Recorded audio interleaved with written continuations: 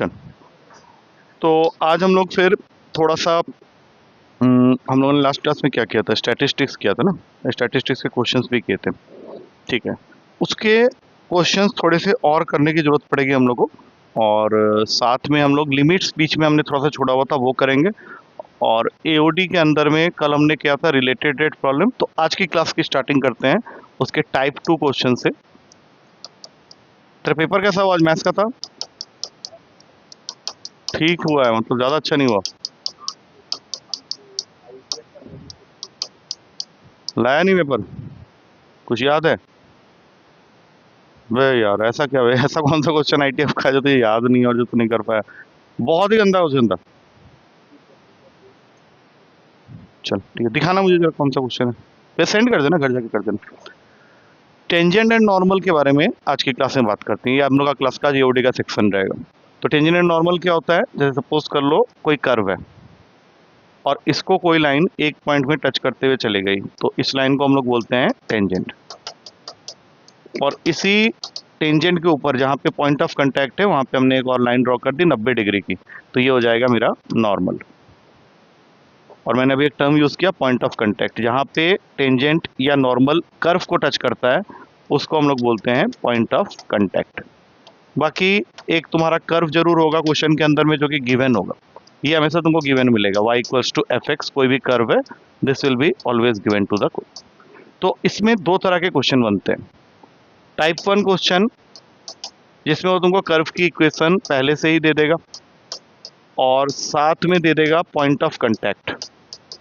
अब ये जो पॉइंट ऑफ कांटेक्ट है, ये जब वो गिवन करेगा तो इसके दो तरीके होते हैं, या तो वो डायरेक्टली कोऑर्डिनेट ही दे देगा या फिर वो तुमको इसका इनडायरेक्ट वे में दे देगा। डायरेक्टली का मतलब है कि उसने डायरेक्ट तुमको पॉइंट दे दिया x1, y1। इनडायरेक्ट क्या होता है वो मैं भी थोड़ी देर में बताता हूँ। अब इसमें क्वेश्चन में क्या है, चार चीज़ों में से कोई एक चीज़ वो मांगेगा। वो चार चीज़ें कौन कौन सी हैं? या तो वो बोलेगा कि मुझे स्लोप ऑफ द टेंजेंट निकाल के दो, या फिर वो बोलेगा मुझे इक्वेशन ऑफ द टेंजेंट निकाल के दो, ज़्यादातर ये इक्वेशन ऑफ टेंजेंट मांगता है, या फिर वो बोलेगा मुझे स्लोप ऑफ द नॉर्मल निकाल के दो, या फिर हो सकता है वो तुमको बोले इक्वेशन ऑफ नॉर्मल निकाल के दो। तभी इसका हेडिंग मैंने डाल दिया है टेंजेंट एंड नॉर्मल। तो अगर इनमें से कुछ भी करना है तो सबसे पहला है कि हमें स्लोप निकालना आना चाहिए। तो स्लोप कैसे निकालोगे? m is equals to d y by d x, curve की इक्वेशन का डेरिवेटिव करना है और इसके अंदर में पॉइंट ऑफ कांटेक्ट जो है x1, y1 उसको पुट कर देना है, उससे तुम्हें स्लोप मिल गया। और अभी हमने थोड़ा देर पहले डिस्कस किया था कि टेंजेंट जो होता है वो नॉर्मल के साथ में परपेंडिकुलर बनाता है, और हमने 2D में ये पढ़ा हुआ है कि जब दो लाइंस परपेंडिकुलर होते हैं तो उनका प्रोडक्ट ऑफ द स्लोप क्या होता है? -1। तो यहाँ पे ये जो भी आंसर आएगा दैट विल बिकम -1/m, या फिर तुम ये भी कह सकते हो कि slope of normal is -dx/dy at the given point. अब एक बार तुम्हें स्लोप मिल गया तो टेंजेंट की इक्वेशन निकाल सकते हैं, क्योंकि हमें पता है कि पॉइंट ऑफ कांटेक्ट का कोऑर्डिनेट क्या क्या है। एक लाइन किस पॉइंट से पास कर रही है वो हमें पता है, उसका स्लोप हम लोग ऑलरेडी निकाल चुके हैं, तो यहाँ पे फॉर्मूला लग जाएगा y minus y1 is equals to m into x minus x1। और अगर नॉर्मल की इक्वेशन निकालना है तो सब कुछ सेम रहेगा, बस यहाँ पे स्लोप लिखना है, वहाँ पे स्लोप ऑफ नॉर्मल डाल देंगे, दैट इज m डैश। ये हो गया तब जब तुम्हें सब कुछ क्लीन चिट पूरा है, पॉइंट ऑफ कांटेक्ट भी दे दिया, कर्व की इक्वेशन भी दे दी, तुमने सब सॉल्व भी कर लिया। लेकिन अगर मान लो उसने पॉइंट ऑफ कांटेक्ट तुमको डायरेक्टली नहीं दिया है, तो उस केस में उसके वर्डिंग्स कैसे होंगे? Tangent is crossing x axis, या फिर वो बोल सकता है tangent is crossing y axis. मतलब पॉइंट वो नहीं दे रहा, इनडायरेक्ट वे में देने की कोशिश कर रहा है पॉइंट। तो अगर कोई टेंजेंट या अगर कोई लाइन एक्स एक्सिस को क्रॉस कर रहा है तो उसका कौन सा कोऑर्डिनेट जीरो होगा? वाई। तो हम लोग वाई को जीरो कर देंगे कहाँ? कर्व की इक्वेशन में। और जैसे ही कर्व की इक्वेशन में वाई को जीरो करोगे तो तुम्हें एक्स की वैल्यू डेफिनेटली एक मिलेगी, कुछ भी हो सकती है, उसको मान लेते हैं ए। तो यहाँ आ गया तुम्हारा पॉइंट ऑफ कांटेक्ट a, 0। और उसी तरह से अगर टेंजेंट क्रॉसिंग वाई एक्सिस बोल दिया तो एक्स को जीरो कर देंगे कर्व की इक्वेशन में, और जैसे ही तुमने कर्व की इक्वेशन में एक्स को जीरो किया तो तुम्हें वाई की कुछ ना कुछ तो वैल्यू मिलेगी, that value will be taken as b, और तुम्हारा पॉइंट ऑफ कांटेक्ट आ गया 0, b। अब बताओ ये चीज़ समझ में अगर आ गई है तो टाइप 1 क्वेश्चन यहाँ खत्म हो जाता है। टाइप 2 फिर इसका एक अलग होता है। तो ये मैं यहाँ कंटेंट छोड़ दे रहा हूँ, ठीक है। तुम लोग क्वेश्चन देता हूँ एक एक करके, तुम लोग कर पाए तो ठीक है, नहीं कर पाए तो फिर हम लोग को एक बार फिर से देखना पड़ेगा कि क्या चक्कर है। देखो पहला question, find the equation of the tangent, find the equation of the tangent. एक काम कर लिया करो, उस दिन तू फॉर्मूले के लिए कह रहा था ना, क्लास के एंड में मुझे रोक देना, यहाँ से शेयरिंग का ऑप्शन होता है, तो सारे नोट्स तेरे पास आ जाएंगे। अभी तक हमने किया नहीं, मैंने फर्स्ट क्लास में डिसाइड किया था, अब पांचवी छठी क्लास हो गई, मैंने एक बार भी ये काम किया नहीं। अब जैसे आज की क्लास का कंटेंट है, इसको लिखने की जरूरत नहीं है, बाद में उसको शेयर मार दूंगा तुम लोग को, तुम ही लोग कर लेना, कुछ नहीं करना होता है, यहाँ से शेयर करना, वो आ जाएगा स्कैनर, अपने फोन से स्कैन करना, अपने पास रख लेना। Find the equation of the tangent at -4, -4 for the curve x square is equals to -4y, x square is equals to -4y। करो -4y, हाँ।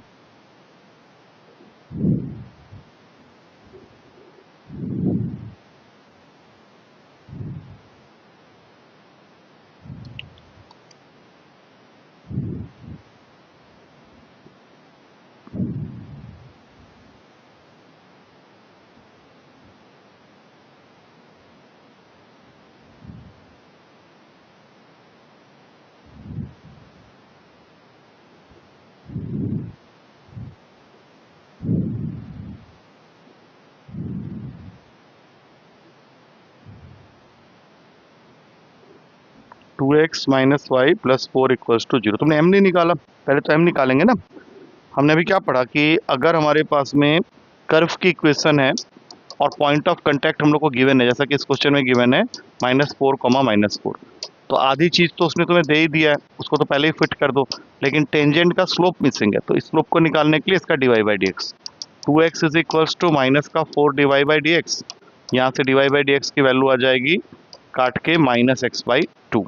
अब इसमें अगर -4 डाल देते हैं तो ये तुम्हारा बन जाएगा 4/2, दैट मीन्स स्लोप की वैल्यू हो गई 2।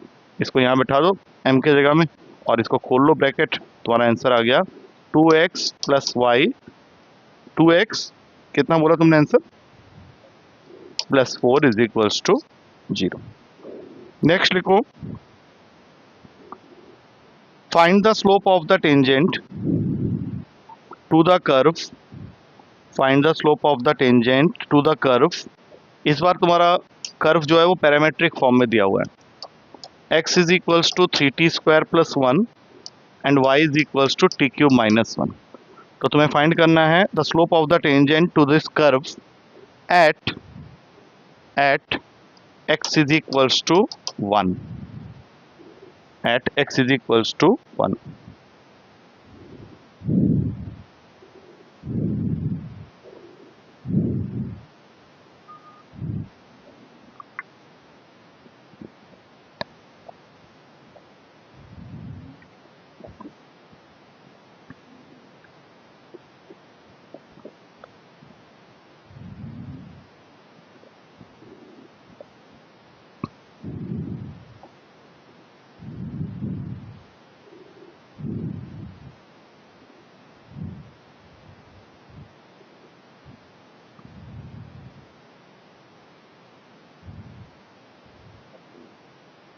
नहीं, इस बार तो स्लोप निकालना है ना, why you are writing that equation, हमें स्लोप पूछा है ना, ओनली स्लोप। हाँ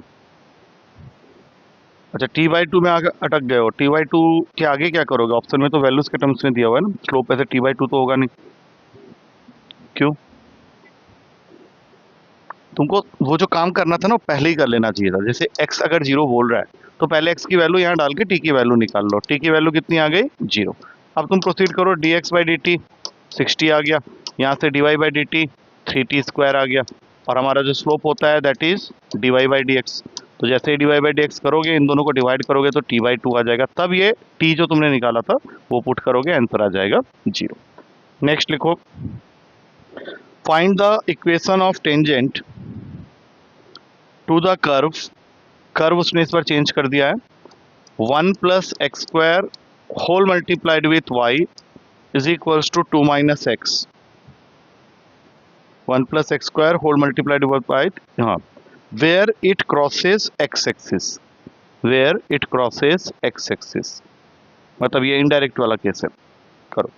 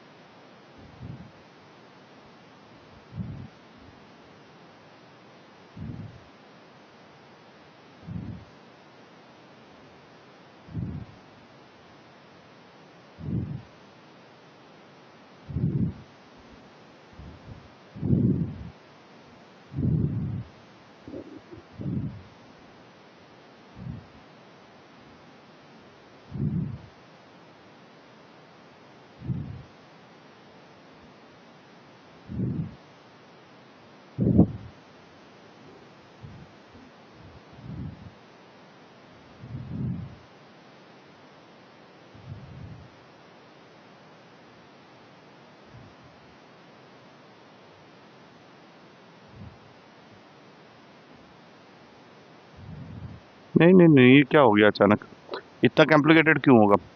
सबसे पहली चीज, तुमको पॉइंट मिला, क्योंकि पहले तो हमें पॉइंट ढूंढना है ना। पॉइंट को ढूंढते समय जब उसने बोल दिया क्रॉसेस एक्स एक्सिस, तो वाई को जीरो कर लो। वाई को जैसे ही तुम जीरो करोगे, एक्स की वैल्यू 2 आ जाएगी, मतलब तुम्हारा पॉइंट ऑफ कांटेक्ट हो गया 2,0। इसको साइड में छोड़ दो। अब इसको डेरिवेटिव डायरेक्ट मत करो, इसको पहले थोड़ा सा सजा लो ऐसे करके। अब इसका डेरिवेटिव करो, बोलो क्या आएगा। वही हमें m देगा, 1+x², derivative of 2 - x is -1, फिर minus of 2 - x, derivative of 1+x² is 2x। नीचे में आ गया 1+x² का होल स्क्वायर। अब इसमें x की जगह 2 पुट कर लो, तो ये वाला पार्ट पूरा का पूरा कैंसिल हो जाएगा, और यहाँ से सॉल्व करके आएगा -1/5। अब तुम्हारा पॉइंट है, स्लोप है, इक्वेशन लिखोगे y-0 equals to -1/5 into x-2। Final answer is 5y is equals to -x+2, that means x+5y is equals to. आया? नेक्स्ट करो। y is equals to 4x minus 5, y is equals to 4x minus 5 is a tangent to the curve, is a tangent to the curve y square is equals to px cube, y square is equals to px cube plus q at 2,3। हाँ ठीक है, at 2,3। Find p and q, find p and q।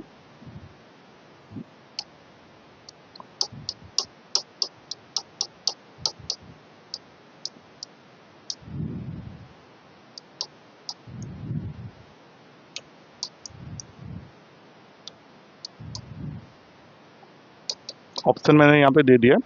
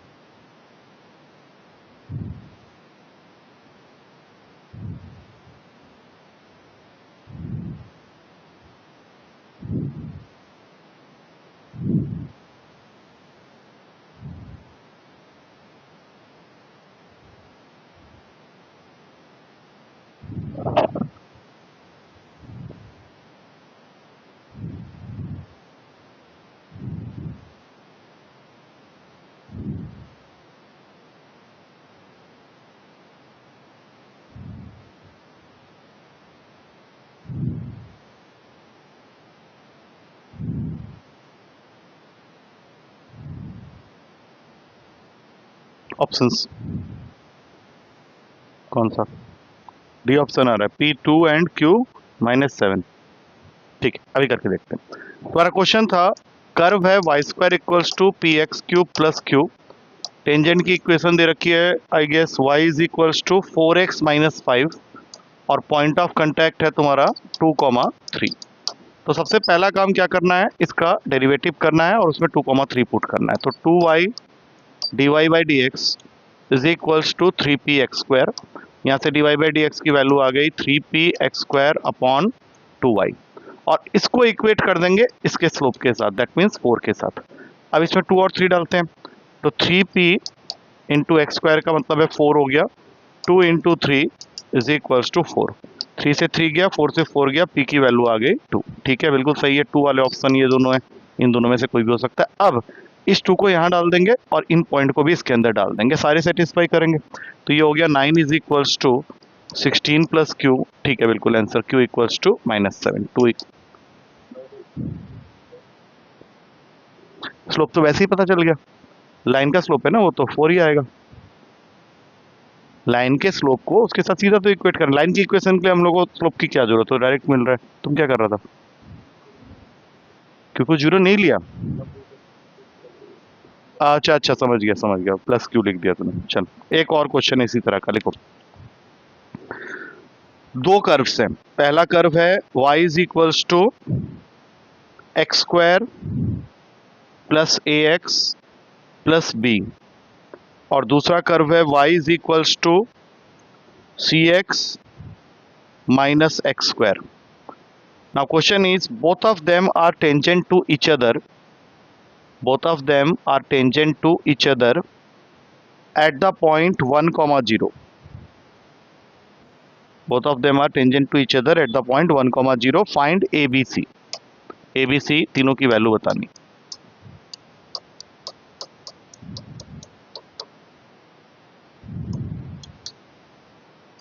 One comma zero point of contact है।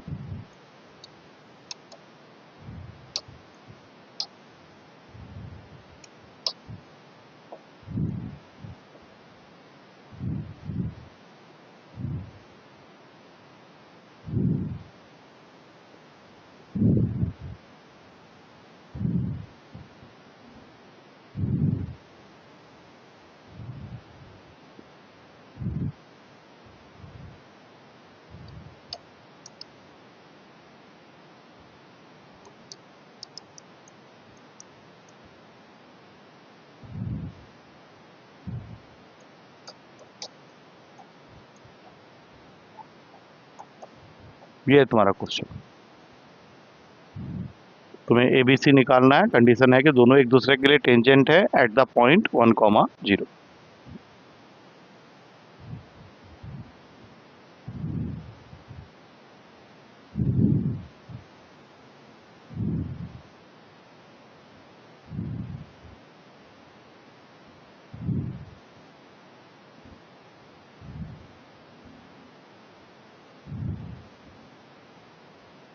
आ रहा है D, क्या क्या किया बताओ। डी, हाँ चलो देखो, 10 को इसको पहले सेटिस्फाई करवा दो क्योंकि इसके साथ में पॉइंट ऑफ कांटेक्ट है।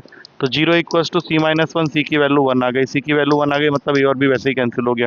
अब दोनों के स्लोप्स आपस में इक्वल होंगे at the point 1,0 because both of them are tangent to each other. तो 2x plus A equals to C-2x। अब सी की वैल्यू हम लोग ऑलरेडी निकाल चुके हैं, एक्स हमें पता है 1 है, तो यहाँ से तुम्हारे पास में ए की वैल्यू आ गई -3। अब कंफर्म हो गया, ये ऑप्शन है। बाकी अगर निकालना चाहें तो निकाल भी सकते हैं। ए की वैल्यू को यहाँ पुट कर लो, 1 और 0 को यहाँ पुट कर लो।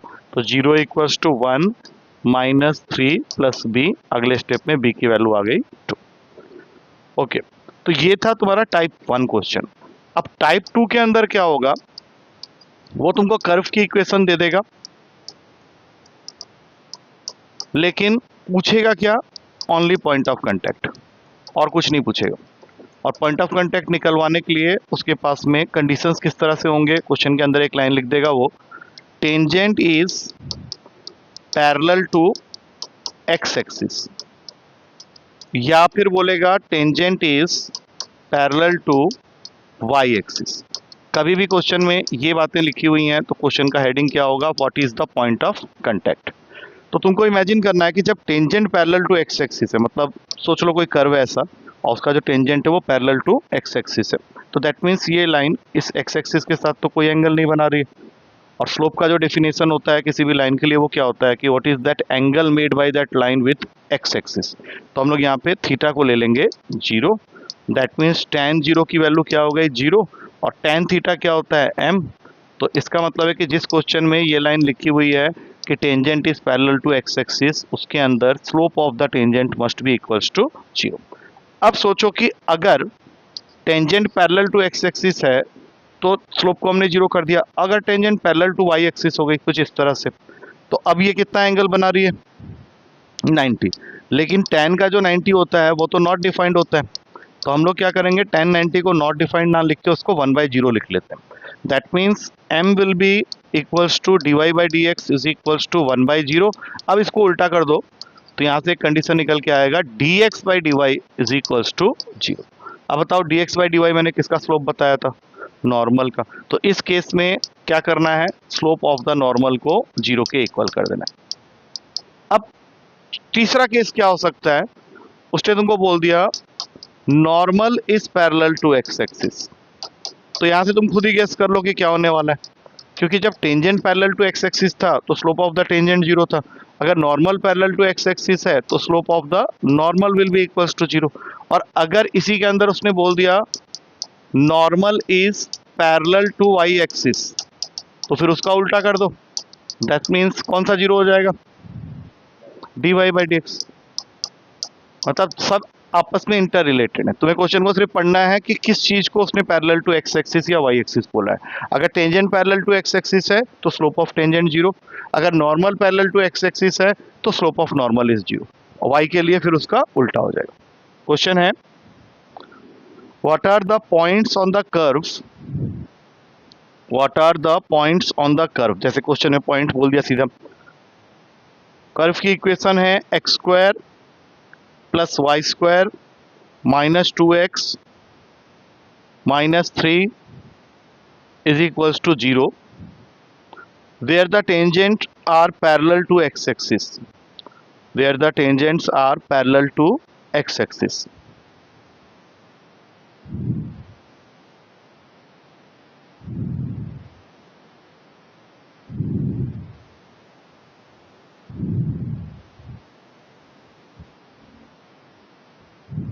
जो भी कर्व है उसका dy/dx को 0 के इक्वल करो, तुमको कोई ना कोई कोऑर्डिनेट मिल जाएगा। और जब कोऑर्डिनेट मिलेगा तो अपने आप ही तुम जान जाओगे कि आप दूसरे वाले को कैसे निकालना है, क्योंकि x और y में से एक वैल्यू मिल जाएगी तुम्हें। नहीं नहीं, एक सेकेंड तुमने इसको डेरिवेटिव किया, ठीक है, क्या आया 2x प्लस 2y dy/dx, उसके बाद आ जाएगा -2 इज इक्वल्स टू 0। 2 कॉमन लेके कैंसिल कर दो, x plus y dy/dx -1 equals to 0। यहाँ से dy/dx सॉल्व करने पे आएगा 1 माइनस x/y। तुमने इसको 0 के इक्वल किया तो x की वैल्यू आ गई 1। अब पॉइंट का सिर्फ x कोऑर्डिनेट तुमको मिला है, y कोऑर्डिनेट जानने के लिए तुमको क्या करना पड़ेगा, इस पॉइंट को उठा के कर्व की इक्वेशन में पुट करना पड़ेगा। करो पुट। x की जगह 1 2 नहीं, दो वैल्यूज आएंगी, y प्लस -2। तो तुम्हारा पॉइंट ऑफ कांटेक्ट हो जाएगा, ऑप्शन में दिया होगा 1,2 and 1,-2। That will be your answer. आया समझ में। पहले x कोऑर्डिनेट देखो, किसी भी केस में क्या होना है, देखो dy/dx को 0 के इक्वल करोगे हमेशा तुम्हें x कोऑर्डिनेट मिल जाएगा। उसको उठा के कहाँ डाल देना है, कर्व की इक्वेशन में। अब मान लो तुम ये वाला क्वेश्चन कर रहे होते तो स्लोप ऑफ नॉर्मल dx/dy किया है तो किसकी वैल्यू मिलती है हमें, y की। y को उठा के कहाँ डालोगे, कर्व की इक्वेशन में x मिल जाएगा। नेक्स्ट क्वेश्चन में वही करना है, लिखो find the point on the curve, find the point on the curve. Curve की इक्वेशन दे रखी है √x plus √y is equals to √x plus √y is equals to √a at which the normal is parallel to x axis, normal is parallel to x axis।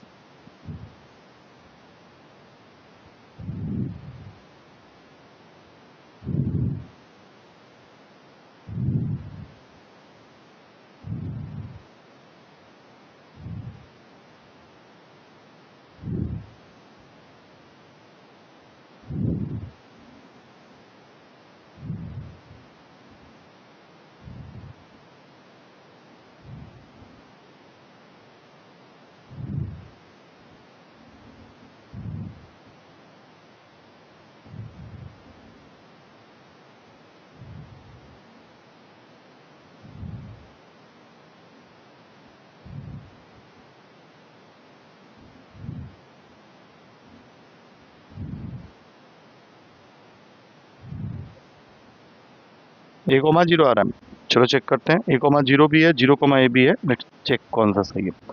तो सबसे पहले तो हमने ये डिसाइड कर लिया कि अगर normal parallel to x axis है तो we have to find d x by d y. तो स्टार्ट कर देते हैं। 1/2 √x प्लस 1/2 √y dy by d x is equals to zero. Half common लेके हटा दो।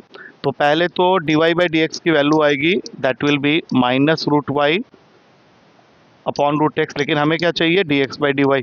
तो ये बन जाएगा √x बाई √y। अब इसको जीरो के इक्वल कर लो। अब जैसे तुमने इसको जीरो के इक्वल किया, किसकी वैल्यू आई देखो, x की। x की वैल्यू जीरो आ गई। अब x इक्वल टू जीरो को यहाँ डालोगे तो y की वैल्यू आ जाएगी a। तो आंसर क्या होगा, 0, a। Normal is parallel to x axis. तूने लिखा तो है नॉर्मल, अच्छा टेंजेंट लिख लिया नहीं, कौन से क्वेश्चन का, अभी तो नॉर्मल बोला था। हाँ, tangent parallel to x axis होता तो फिर जो तुमने किया है वो सही होता।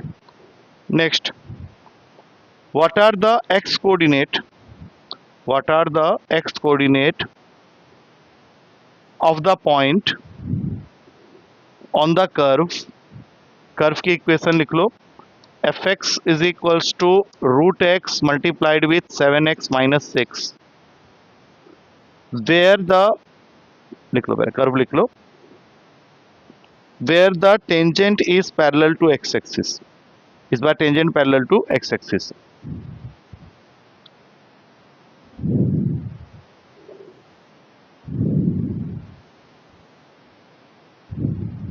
खाली एक्स कोऑर्डिनेट बताना, उसने वाई भी नहीं मांगा तुमसे, सिर्फ एक्स कोऑर्डिनेट।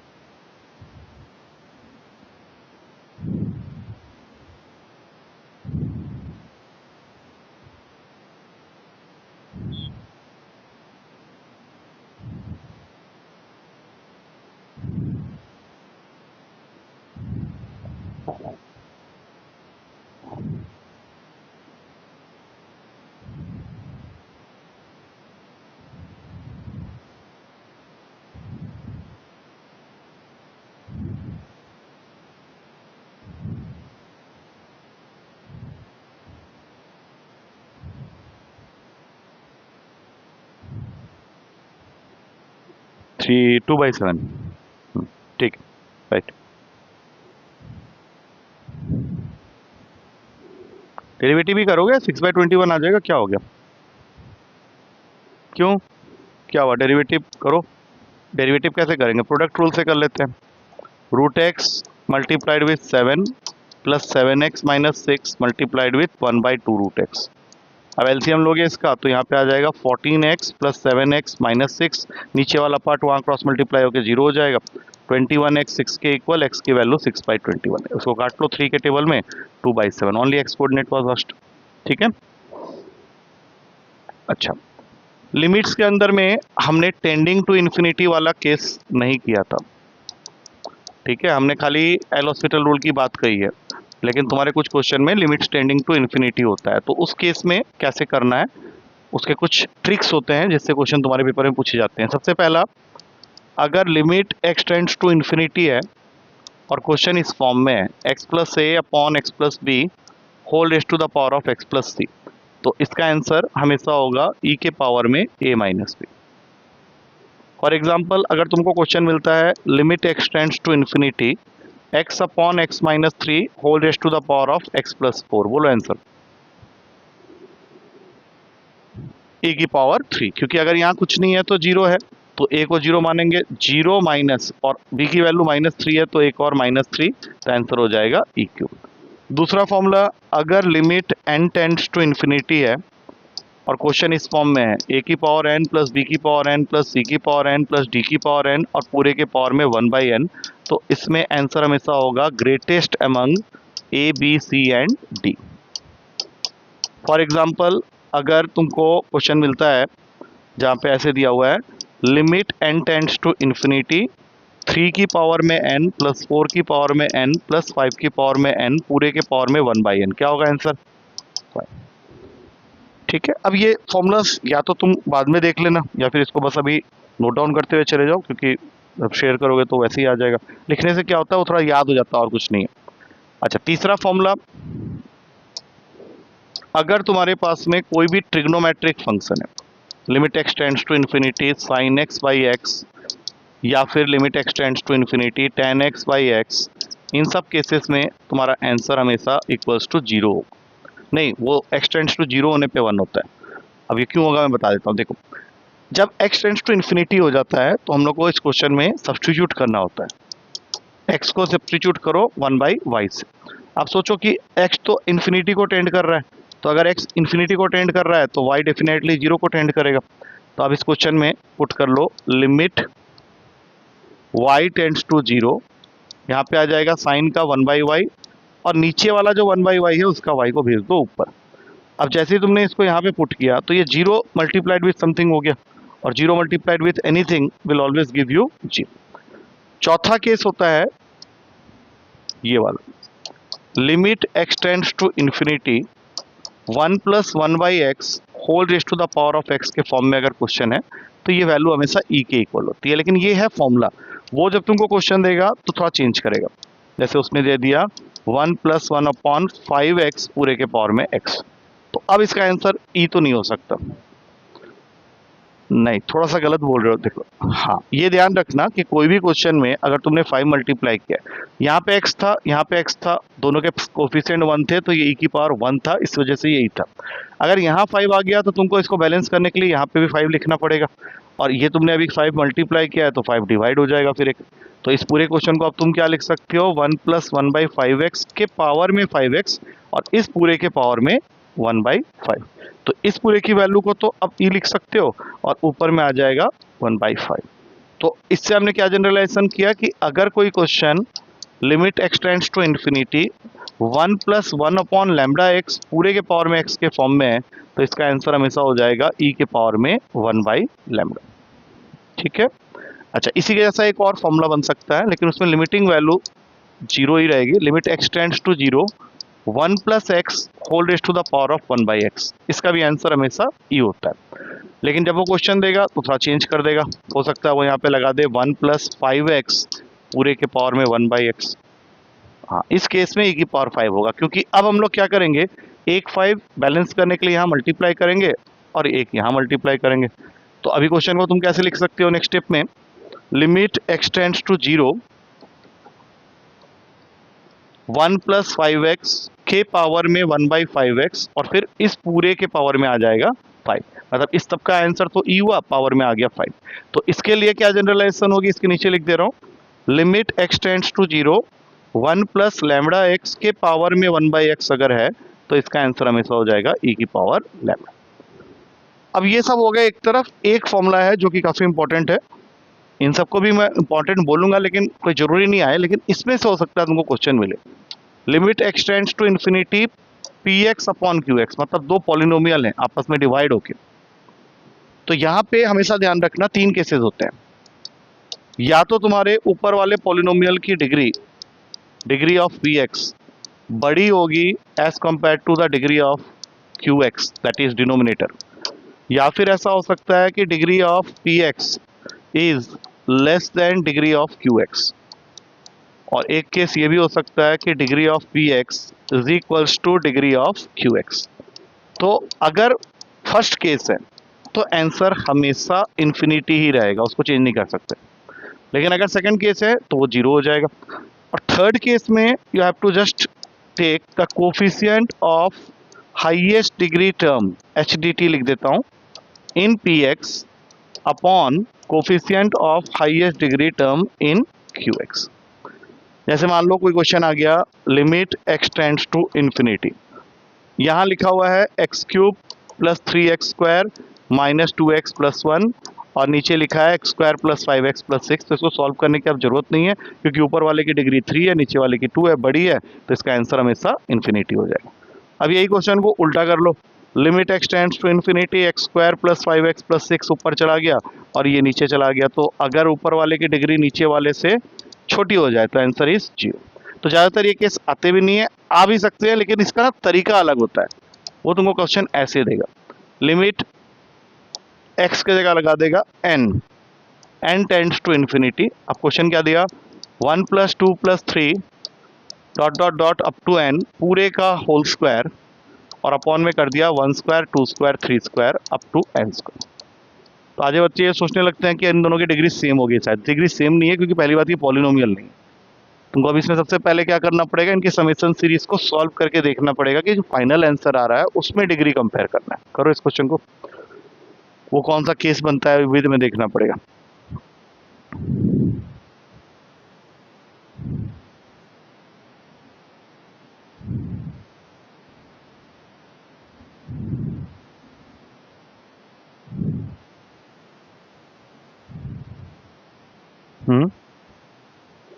इंफिनिटी आ रहा है।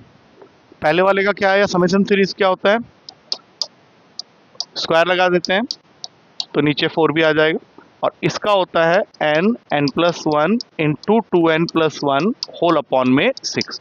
वो 6 चला गया ऊपर, एक n जाएगा, एक n+1 जाएगा, तो ऊपर बच गया 6 इंटू n इंटू n+1, नीचे बच जाएगा 4 इंटू 2n+1। अब यहीं से देख सकते हैं, अगर हम ना भी काटे हैं तो ऊपर वाले की जो डिग्री है वो नीचे वाले से ज़्यादा है, तो इन्फिनिटी हो जाएगा।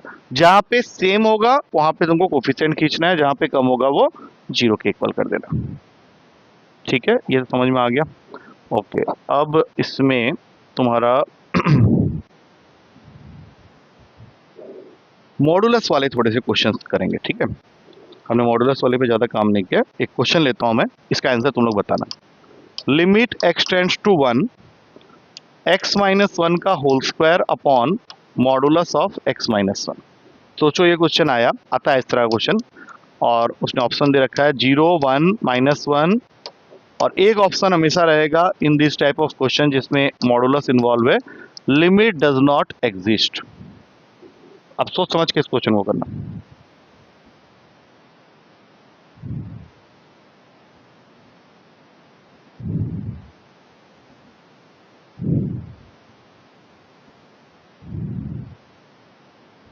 जीरो आ गया, कैसे?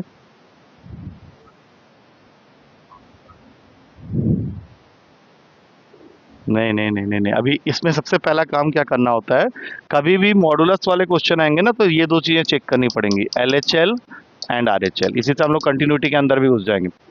लेफ्ट हैंड लिमिट क्या होता है, जैसे 1 से छोटी वैल्यू, 1 से छोटी वैल्यू अगर तुम न्यूमरेटर में डालते हो उसको कोई फर्क नहीं पड़ेगा, क्योंकि स्क्वायर किया हुआ है। तो यहाँ पे हम लोग सीधा लिख देंगे x-1 का होल स्क्वायर। लेकिन यही वैल्यू अगर तुम नीचे डालते हो 1 से छोटी वैल्यू, तो क्या ये नेगेटिव नहीं ले लेगा? तो इसका मतलब है जब तुम इसको बाहर निकालोगे तो ये बन जाएगा माइनस का x-1। अब जरा इनको काटो, तुम्हारा आंसर आ गया माइनस का x-1। अब RHL निकालते हैं। RHL में अगेन आई विल से कि 1 से बड़ी वैल्यू लेने पे कोई फर्क नहीं पड़ने वाला न्यूमरेटर को, बट डिनोमिनेटर में अगर तुमने 1 से बड़ी वैल्यू ली तो ये बन जाएगा प्लस का x-1।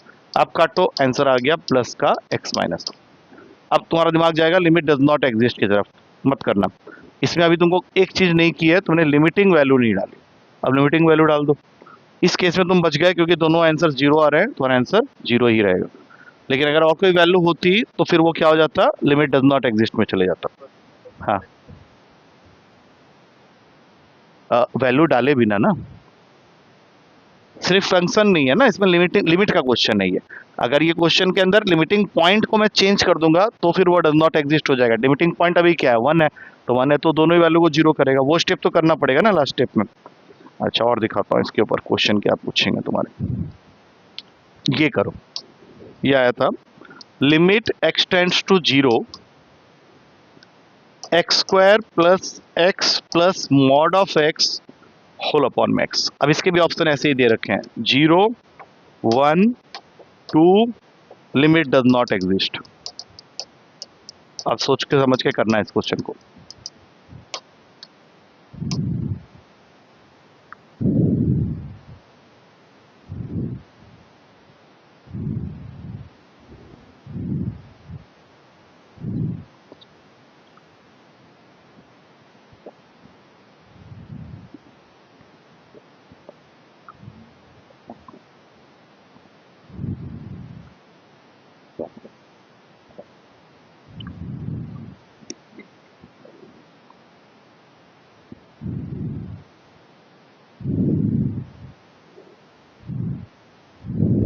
दोनों से एग्जिस्ट आ गया। चलो बताएं, स्टेप्स बहुत ज्यादा लगा दिए, इतना नहीं करना होता। देखो, 0 से बड़ी वैल्यू, 0 से बड़ी वैल्यू, तो इसका मतलब क्या, यहाँ से पॉजिटिव निकलेगा। बाकियों को क्या फर्क पड़ रहा है, बाकियों को रहने दो ऐसे। अब ये टोटल कितना हो गया देख लो, x square plus 2x upon x. क्या कॉमन ले सकते हो ऊपर और नीचे से, x, अंदर बच जाएगा x प्लस 2, ये x काट दो, फाइनल आंसर आएगा आफ्टर पुटिंग 2। अब लेफ्ट हैंड लिमिट में जाते हैं, जीरो से छोटी वैल्यू, यहाँ पे x square plus x minus x minus x, यहाँ पे भी माइनस एक्स आएगा। हाँ, अब चलो चेक करते हैं क्या वैल्यू आ रही है, x square minus 2x upon में minus x. Again I will take x common, अंदर बच जाएगा x माइनस 2, नीचे में माइनस एक्स, दोनों को काटा। अब अगर मैं x की जगह जीरो डालता हूँ, क्या वैल्यू आ रही है देखो, क्योंकि यहाँ से काटा तो है लेकिन एक 1 तो बचा हुआ है ना मेरे पास में। हाँ, -1 है नीचे में, फिर से आंसर कितना आ गया अगर मैं जीरो डाल दूँ, 2 ही आ रहा है ना, तो डज नॉट एग्जिस्ट कैसे हुआ, फिर आंसर इज 2। एक बार देख लो अच्छे से, x की जगह हमने माइनस एक्स डालना है, फर्स्ट वाले को एक्स स्क्वायर ही रहने देंगे, यहाँ माइनस एक्स है, मॉडुलस के अंदर से निकलेगा माइनस एक्स, नीचे माइनस एक्स। अब सॉल्व करो इसको, नेक्स्ट लो। नहीं नहीं नहीं, मॉडुलस का डेफिनेशन क्या कहता है कि mod of x is equals to minus x if x is less than 0, इस बात को ध्यान रखना है। एक और देखो आया था, limit x tends to 5, 5 minus x upon में है x माइनस 5 का मॉडुलस। अब बताना है इसका, options are -1, 0, 1, limit does not exist.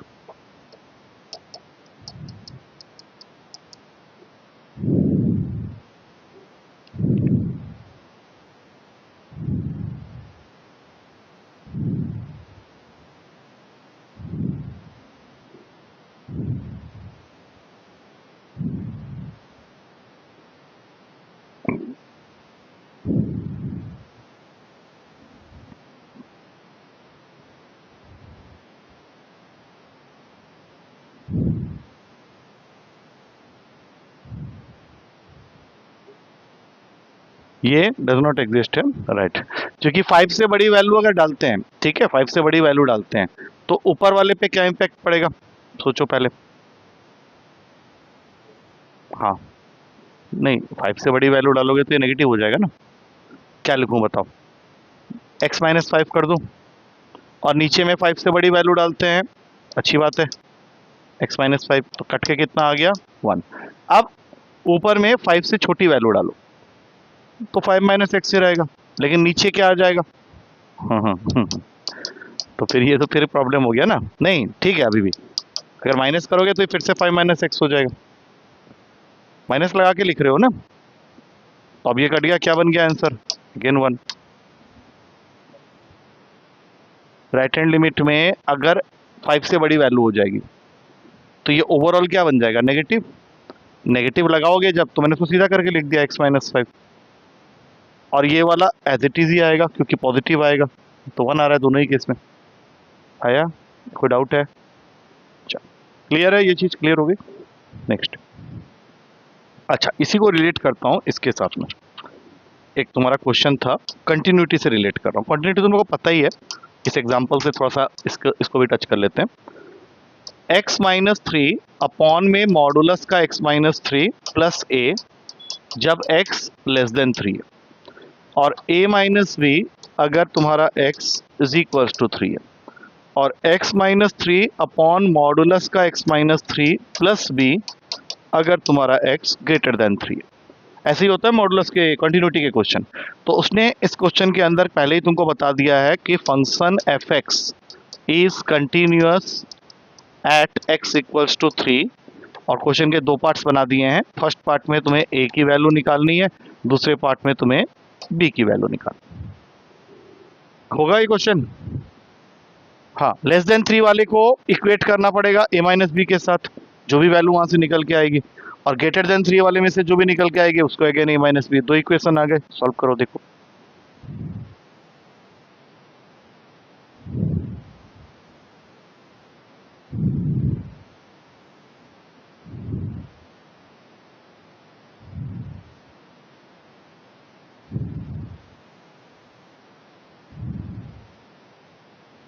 हाँ, a माइनस बी है। हाँ,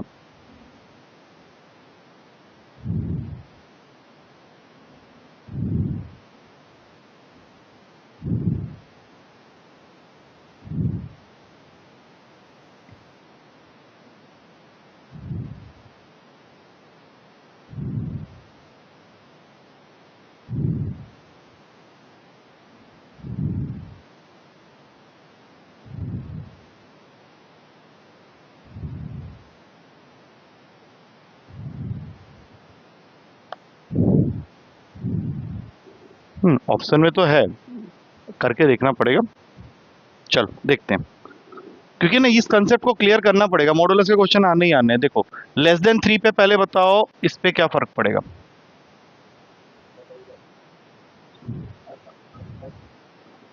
माइनस आ जाएगा, तो माइनस का x-3 और x-3 क्या बन गया, ये -1। तो पहला क्या बन गया, a-1 is equals to a-b। इसके पास आ जाओ, अब ये 3 से बड़ा, इसमें लेस देन 3 बोल रहा है ना वो, लेस देन 3 पे क्या क्या आएगा। हाँ ठीक है, एक सेकंड रुक जाओ फिर। ये बन जाएगा 3 - x, और ये बन जाएगा, ये भी तो हमारा चेंज हो गया था। हाँ ठीक है, इसको कर लो a+1, ठीक है कोई बात नहीं। अब यहाँ नीचे वाले में, हाँ 3 से बड़े ले रहे हो ना, तो सेम रहेगा। तो ये क्या हो गया, खाली 1 और इसको इक्वेट कर लेंगे a-b के साथ। सॉल्व कर लो, यहाँ से तो a और a तुम्हारा कैंसिल हो गया, तो b की वैल्यू आ गई -1, और b की -1 वैल्यू अगर यहाँ डालते हैं, ऐसा बन गया। तो a की value a+1 equals to 0, a equals to, हाँ ठीक है आंसर, ठीक है।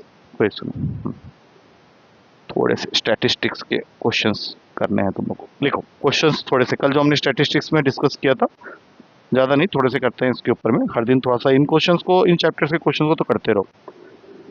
लिखो क्वेश्चन है एक पाई चार्ट है, पाई चार्ट समझते हो। तो पाई चार्ट के अंदर में उसने 4 सेक्टर्स बनाए हैं, उनकी नेमिंग की है PQRS। मतलब क्वेश्चन इस तरह से है कि ये जो ब्रेकिंग हुई है इस तरह से हुई है, यहाँ पे है P, यहाँ पे है Q, यहाँ पे है R और यहाँ पे है S, और इनके बीच में रिलेशन दे रखा है 9P is equals to 3Q is equals to 2R is equals to 6X, और वो चाहता है कि तुम उसको वैल्यू निकाल के दो 4P - Q की। एंड वी ऑल नो कि इन सबका सम जो है वो 360 डिग्री के इक्वल हो। दैट्स इट, करो।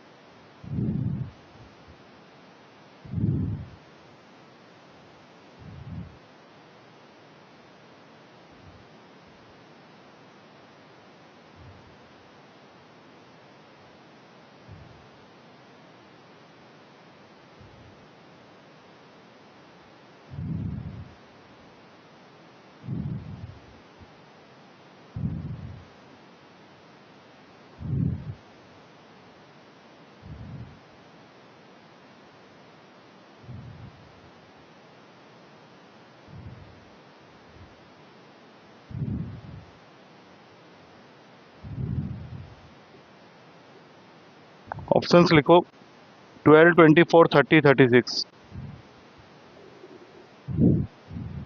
12, 24, 30, 36 ये ऑप्शंस है। तुम लोग कहाँ 132 बोल रहा है।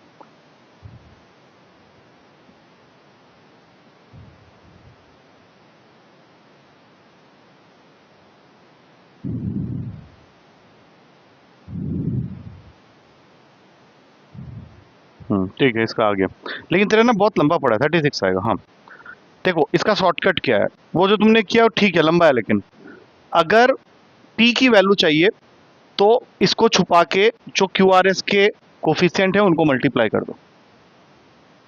P चाहिए ना तुमको, इसको छुपा के QRS के मल्टीपल कर दो कोफिशिएंट को। कितना आया 36, और 4 से मल्टीप्लाई करने पे कितना हो गया 144। अब Q चाहिए तो Q को छुपा के जो कोफिशिएंट्स हैं PRS के उनको मल्टीप्लाई कर दो। 9 2 18, 18 6 108, आ गया आंसर 36 डिग्री। कुछ नहीं करना है, याद रहेगा ये तरीका। नेक्स्ट क्वेश्चन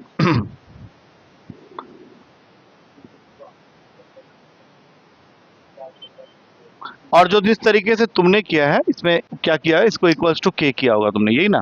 तो P की वैल्यू आई होगी पहले K/9, फिर Q की वैल्यू आई होगी K/3, फिर K/2, प्लस k बाई 6, इन सब का सम किसके इक्वल होगा 360 के। तो इससे भी आ जाएगा आंसर, लेकिन वो लंबा पड़ रहा है तुमको, तुम ना ट्रिक से कर लो।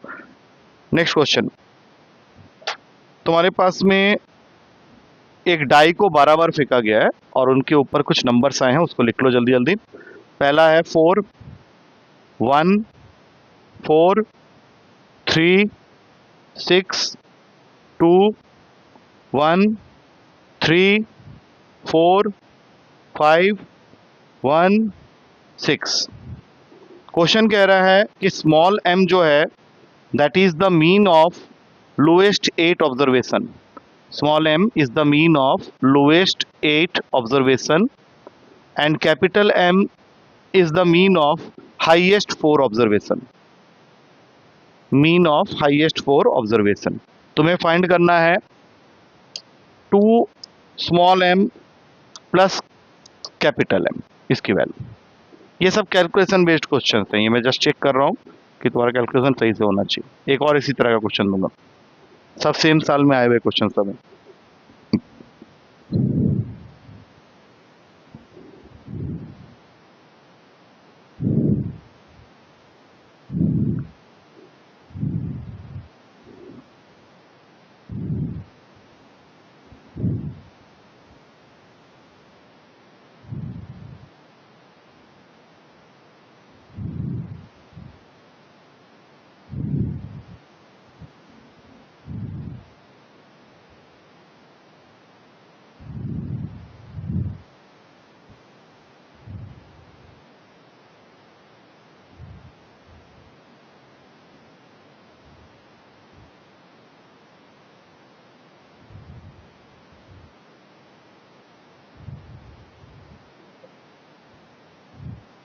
नाइनटीन बाई 2 तो कहीं नहीं है ऑप्शन में।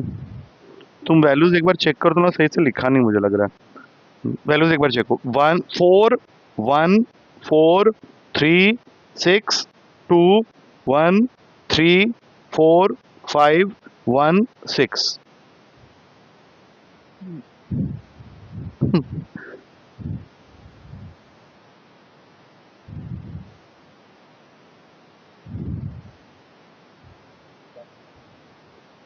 2m plus m।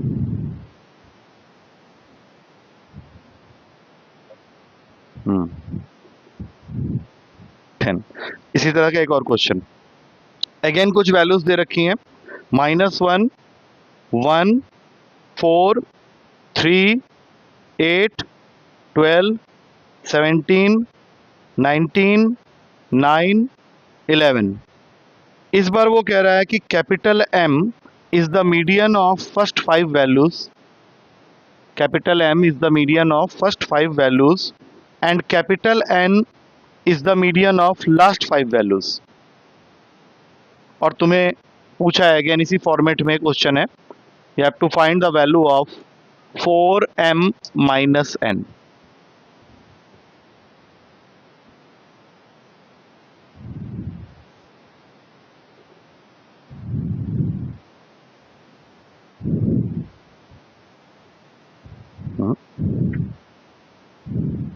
कितना आ रहा है? नहीं नहीं, -3 तो ऑप्शन में भी नहीं है। ऑप्शंस हैं तुम्हारे इसके 7 4 1 0 4 1 0। पहले फर्स्ट 5 वैल्यूज मतलब असेंडिंग ऑर्डर में लगाना पड़ेगा ना तुमको पहले, वो कहाँ किया तुमने? तुमने फर्स्ट 5 का खींच लिया खाली। हाँ, आंसर इज 0। तुमको इसको असेंडिंग ऑर्डर में लगाने के बाद ही पता चलेगा ना कि फर्स्ट 5 वैल्यूज क्या है। वो गलती हो गई है वहाँ पे, उसको ठीक कर लो and just check it's coming और नॉट। पहले तो पूरे को ही असेंडिंग में लगाओ, उसमें से पहले 5 को पकड़ के। एक और प्यारा सा क्वेश्चन है, ये लास्ट रहेगा, इसको लिखो। मैं लिख देता हूँ इस क्वेश्चन को, आ गया? चलो, इसमें x तुमको दिया है mean of squares of first n natural number, और y उसने बताया है square of mean of first n natural number, और बदले में एक रिलेशन दे दिया है x बाई वाई की जो भी वैल्यू आएगी that is equals to 55/42। Get the value of n। Options दे रहा हूं, करना स्टार्ट कर दो।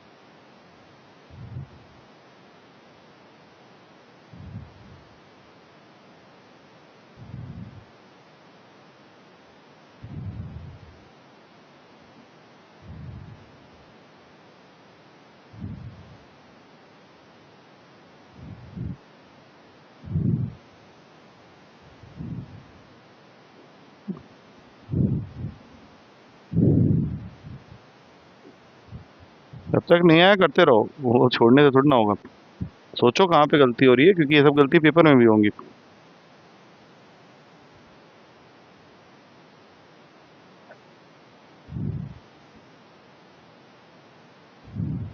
एट्टी वन, ठीक है तेरा आंसर 27 आएगा। हो, ठीक है।